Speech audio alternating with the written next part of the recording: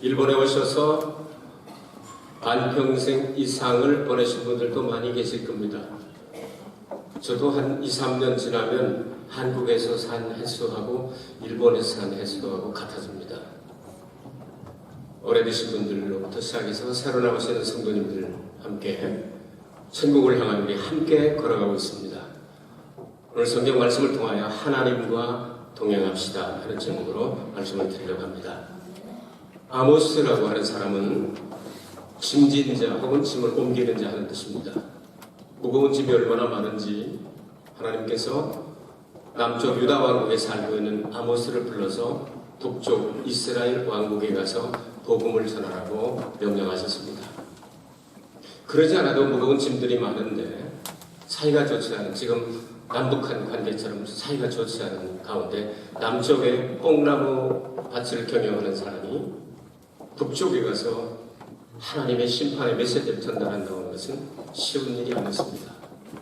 힘들고 어려웠습니다. 이때는 바로 여로보암 2세 때이니까 큰 지진, 이스라엘에 큰 지진이 일어나기 2년 전에 너희들 그렇게 가다가는 이제 지진이 일어나고 또 말 안 들으면 전쟁이 일어나서 망한다 하는데 회개하지 않고 이스라엘이 결국은 망하게 됩니다.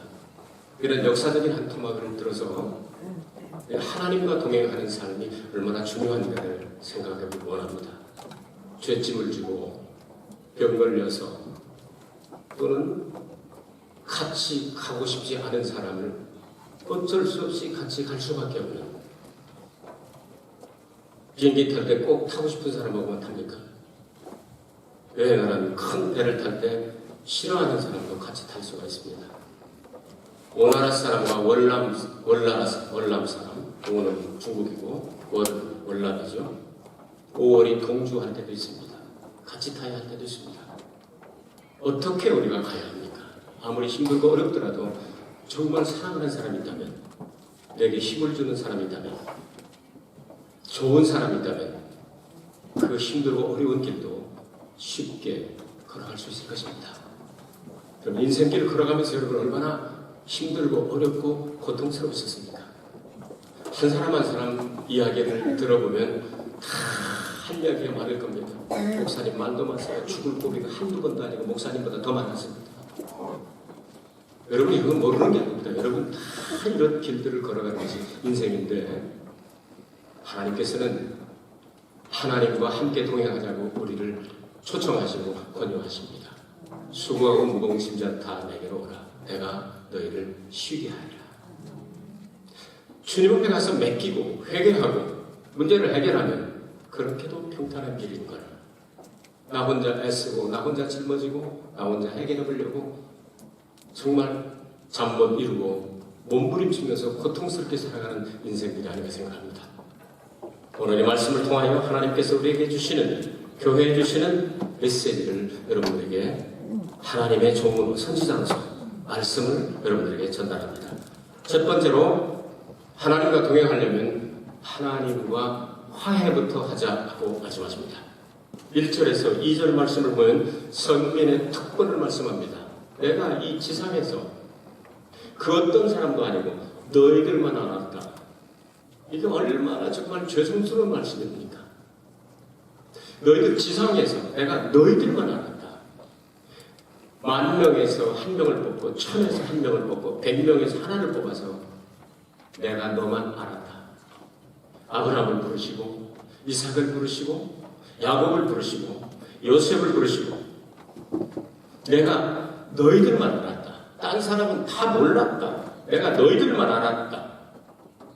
그래서 너희들을 불러냈다. 마치 애굽에서 불러올린 것처럼 불러냈다. 이 말씀하시죠?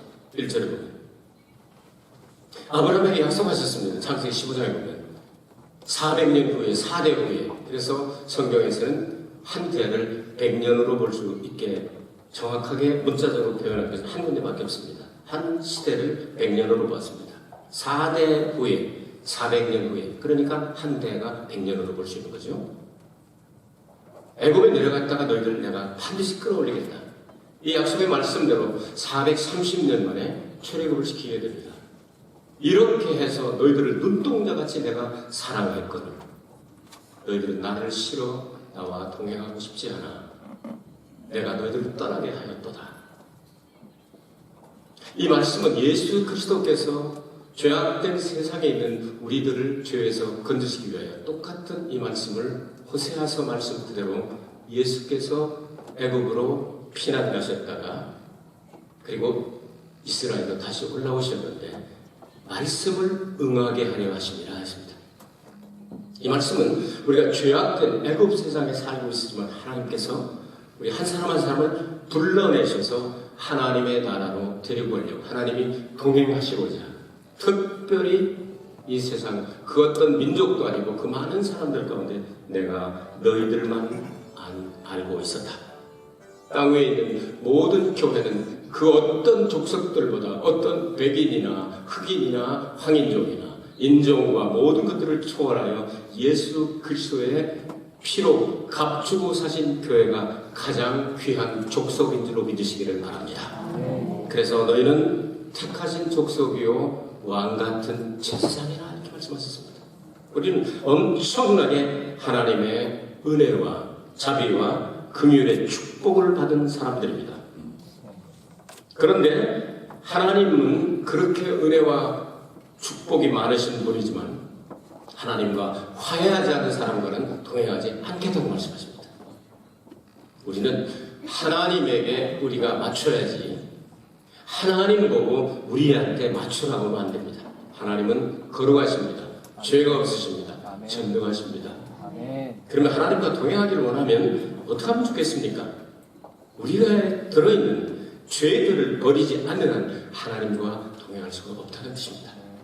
너희들이 죄를 버리지 않으면 내가 같이 가고 싶어도 같이 갈 수가 없다고 말입니다.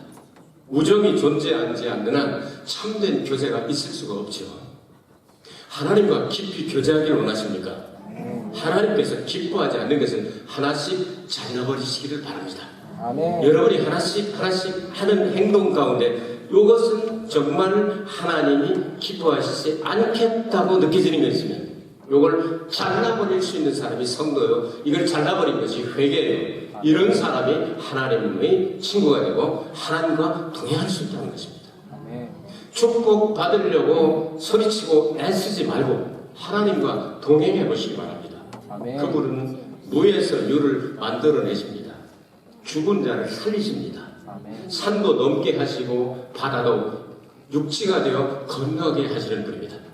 그분과 함께 있기를 즐거워하게 되시기를 바랍니다. 이것이 그 어떤 축복보다도 축복의 근원이 될 것입니다. 그래서 나와 함께 교제하려면 먼저 화해를 해라 합니다. 여러분 부부관계나 부모 자식의 관계나 친구 관계나 여러분 관계에 문제가 있을 수 있지 않습니까? 그렇게 너 없으면 못 살고 나 없어도 못 살고 하면서 정말 이 세상에서 당신 없어 어떻게 살겠냐 하다가 그냥 펑 한번 터지고 나온 다음에 그냥 안방으로 들어가면 하나님 육방으로 들어가고 그냥 팽 나오면서 어때 저런 걸 그냥 썩은 동태눈깔처럼 펑 골라가지고 이렇게 고생을 하면서 그냥 팽 하고 돌아서면요 모르는 사람보다 더 힘들어요 살기. 여러분 그런 상황 가운데서 화해가 우선이지 않겠습니까? 여러분 집안이 불편하면 사랑하는 사람과 불편하면 부부관계가 불편하면 부자관계가 불편하면 하나님과 불편하면 되는 일이 없잖아요. 밥을 먹고 싶습니까? 여행을 가고 싶습니까? 아무 일도 하고 싶지 않습니다. 그냥 화해하고 나면 이렇게 좋은 인생을 왜 그랬을까? 이렇게 좋은 인생을 왜 그랬을까? 하면서 그냥 힘이 저절로 나지 않습니까? 그냥 막 저절로 있습니다. 하나님 앞에 나와서 하나님과 동행하기를 원한다면 먼저 하나님과 화해하라 이렇게 말씀하셨습니다. 그것이 3절까지 중요한 내용이 되겠습니다. 4절부터 6절까지는 심판을 경고합니다. 참 화해하지 않으면 누가 손해납니까? 회개하지 않는 죄인들이 손해나죠. 그래서 하나님께서 말씀하시면 화해하지 않으면 하나님과 동행하지 않으면 심판을 받게 될 것을 경고합니다. 4절 보니까 이런 말씀에서 회개하지 않으면 어떻게 됩니까? 사자가 움킨 것이 없고야 어찌 숯불에서 부르짖겠으며 젊은 사자가 잡은 것이 없고야 어찌 굴에서 소리를 내겠느냐. 사자는 자기의 먹이를 보고 으르렁거립니다. 어미 사자가 아무것도 잡아오지 않았는데 아기 사자들이 으르르거리질 않습니다. 엄마 사자가 엄마 아빠가 큰 짐승 하나 갖다 놓고 목을 콱 물어가지고서 이제 갖다 잡아 죽여놓고 너희들 뜯어먹으라고 라고 뜯어먹겠다고 달려들죠. 하나님은 자비와 긍휼이 많으신 분입니다. 하나님께서 죄로서 그의 분노의 먹이가 되지 않았다면, 더 쉬운 말로 하면 우리에게 죄가 없다면 하나님이 사자처럼 으르렁거리겠느냐 하는 뜻입니다. 말씀 뜻을 알겠죠? 하나님이 으르렁거리실 때는, 하나님이 화내실 때는 죄 때문에 그런 것이다. 하나님이 좋으신 하나님이지만 분노의 먹이가 될 수밖에 없다. 죄를 짓고 회개하지 않으면. 그래서 심판을 내려서 너희들을 경고하겠다 이렇게 말씀합니다. 죄를 회개하지 않으면 하나님의 심판을 피할 길은 없습니다. 하나님은 죄를 회개할 때까지 사자 새끼들이 엄마가 잡아온 그 먹이를 뜯어먹기 전에 끝까지 으르렁거리는 것처럼 하나님께서는 무협사격을 하시겠다는 겁니다. 네가 죄를 회개하지 않고 견딜 수가 있겠느냐? 하나님이 하면서 겁주시겠다는 겁니다. 심판의 원인은 어디서 왔습니까? 하나님이 심판을 하기를 즐겨서 그렇게 하셨습니까? 우리에게 있는 거죠. 창해라는 말은 트랩을 얘기합니다. 트랩. 이 창해라고 하는 건 이게 덫 같은 걸 얘기하는 거예요. 베풀지 아니하고야 새가 어찌 거기 치이겠으며 아무 잡힌 것이 없고야 창해가 어찌 땅에서 튀겠느냐. 창해라는 말을 쓰는데 우리말은 덫이라는 뜻이죠. 저희들 어렸을 때는 덫 놓는 거를 아버지 따라서 여러 번 해봤습니다. 쪽제비라는 놈이 와가지고 병아리를 길로 부르는데 병아리가 잘 집어먹고 갑니다. 그래서 이 쪽제비를 잡으려고 이 덫을 이렇게 용수선 달리고 이렇게 해가지고서 먹이를 놓고 탁 놔가지고 거기 걸리면 탁 소리가 날 보면 탁 소리가 아침에 나가보면 쪽제비가 발목까지 탁 걸려가지고 거기서 꼼짝을 못하고 버려져가지고 죽어있죠. 그럼 껍데기 홀 닦아가지고 이제 붓을 만들어서 붓글씨를 썼죠. 그래서 지금 이제 붓글씨 조금 아직도 쓰는 거예요. 쪽제비 털로 붓을 만든단 말이에요. 그걸 해가지고 이제 글씨 쓰고 그렇게 했어요. 자, 오늘 여기 심판의 원인이 어디 있느냐?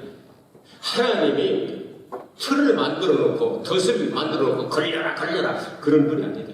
너희들이 죄를 져서 너희들이 스스로 덫을 만들어 놓고 너희들이 죄를 지니까 거기 가서 칵 하고 걸려가지고 깽거리고 죽겠다고 살겠다고 막 소리치면서 그러고 있지 않느냐. 하나님이 우리를 죄짓게 하셨습니까? 하나님께서 덫을 만들어 놓으셨습니까? 우리가 죄를 질 때 지가 덫을 만들어 그렇게 했다는 겁니다.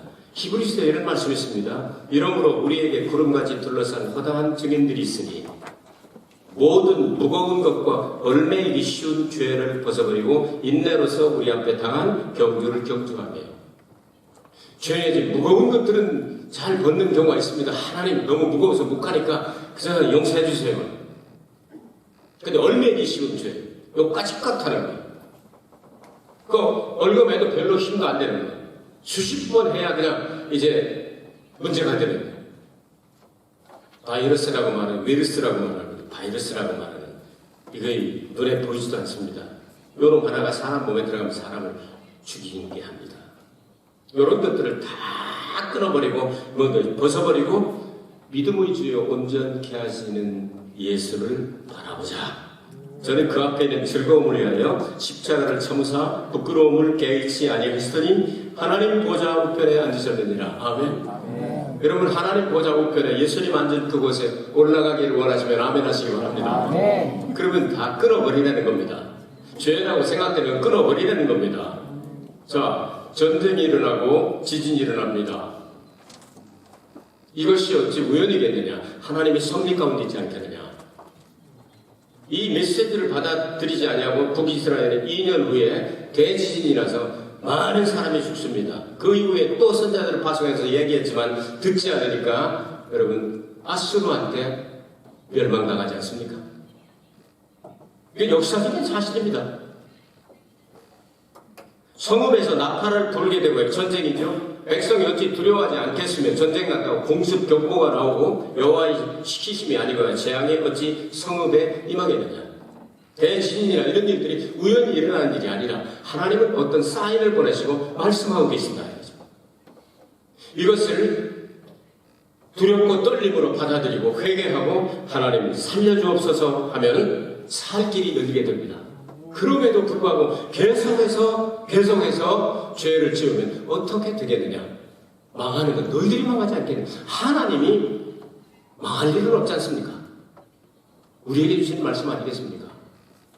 동북 지진이 대진이 일어나서 아직 회복도 되지 않았는데 남도에 일어나고 관서지방이나 관동 지역이 한 번 더 흔들리면 일본은 정말 정신을 못 차립니다.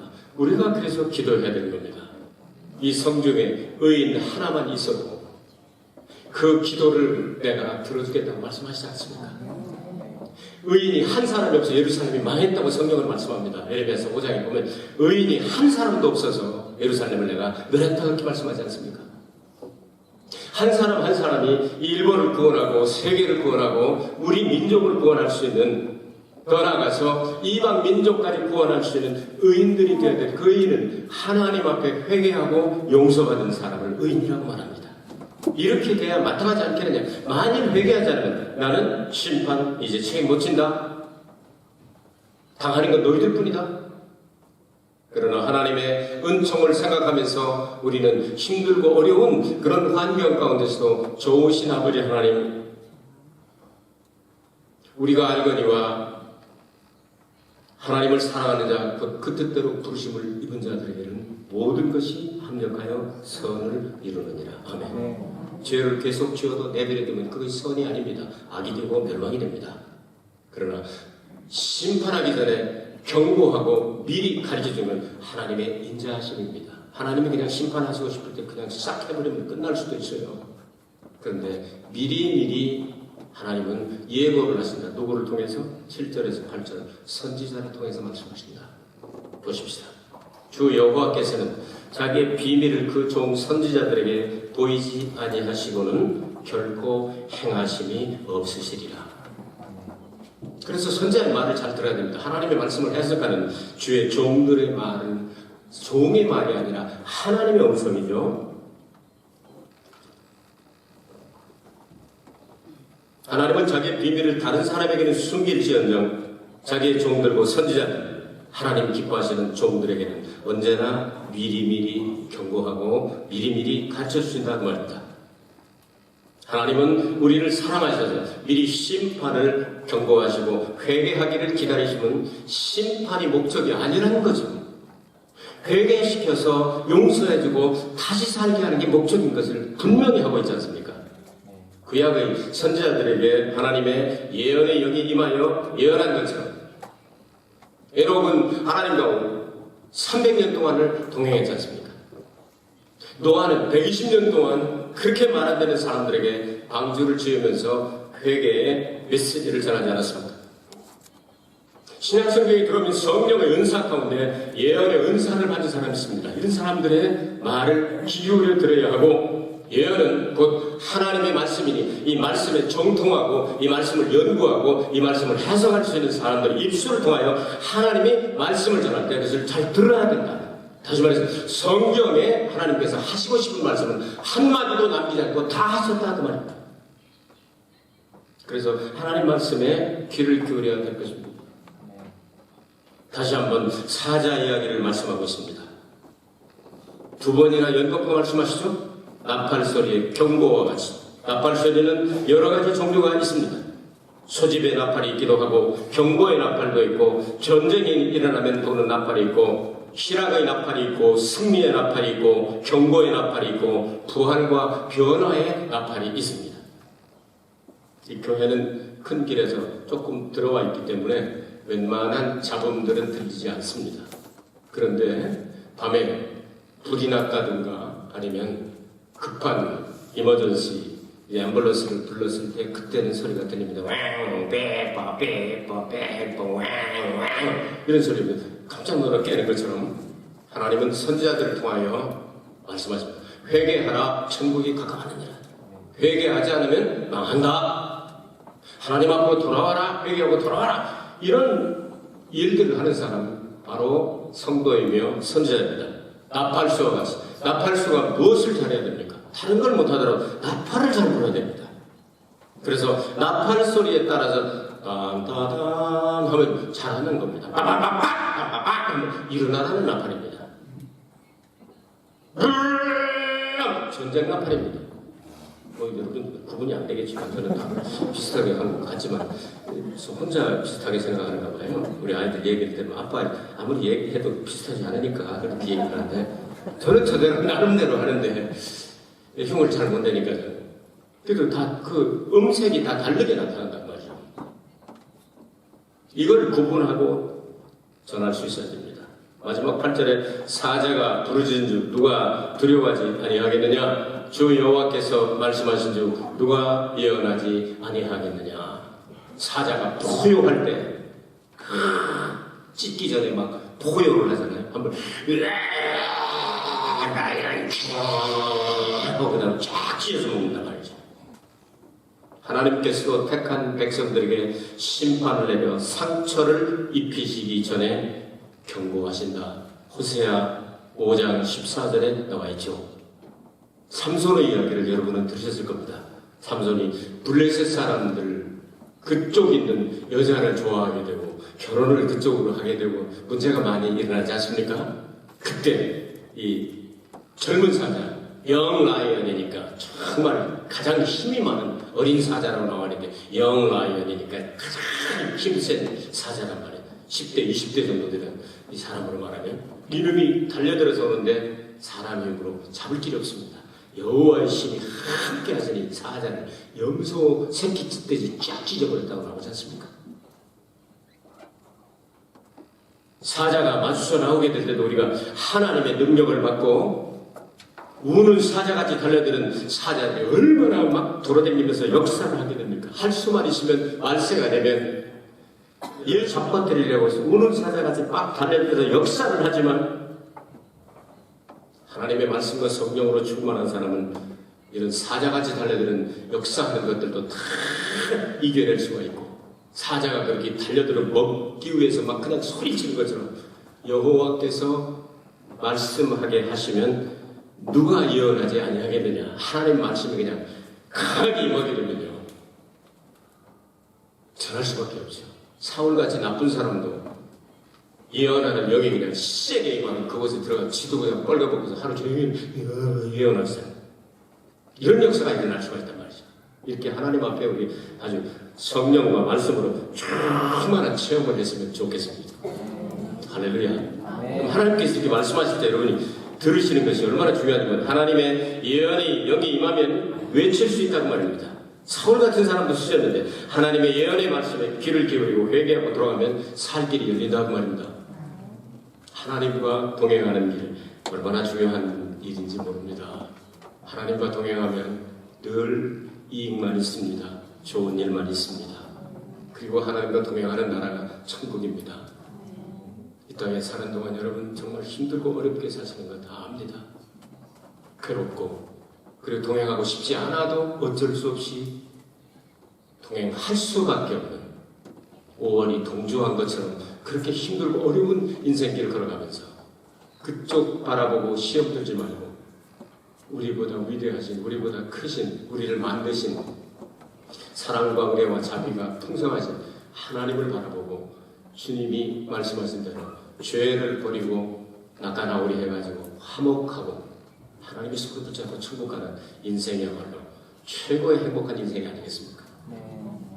여러분 남의 탓 때문에 누구 얘기하지 말고 나 때문에 이렇게 됐다고 생각하고 회개하시길 바랍니다. 그러면 살 길이 열리게 됩니다. 그리고 내가 왜 이렇게 살았지? 희한하게 싹 새로운 길이 열리면서 주님 손 붙잡고 기쁘고 즐겁게 전진할 수 있게 될 것입니다. 그 성경 말씀에 세 가지를 우리에게 교훈을 주셨습니다. 먼저 택함 받은 백성이라고 자만하지 말고 하나님 뜻대로 살면서 회개할 것 있으면 회개하고 화해했으면 좋겠다. 화해하지 않으면 두 번째는 경고합니다. 전쟁이 일어나든지 지진이 일어나든지 문제가 일어나서 너희들은 망하게 될지도 모른다. 이것을 가르쳐준 내용은 미리 가르쳐준 내용은 우리를 멸망시키는 것이 목적이 아니라 영생을 얻게 하려고 미리 가르쳐 주시는데 이 일을 감당하는 사람을 선지자라고 말합니다. 구약이나 신약이나 하나님의 말씀을 받아서 전달하는 선지자의 말을 아주 주의 깊게 듣고 그대로 순종해서 하나님이 준비하신 정말 하늘과 땅의 모든 건세와 하늘의 신령과 땅의 기름짐과 모든 것을 준비하신 하나님의 은총과 축복을 받기를 주의 이름으로 축원합니다. 은혜로우신 아버지 하나님, 5월달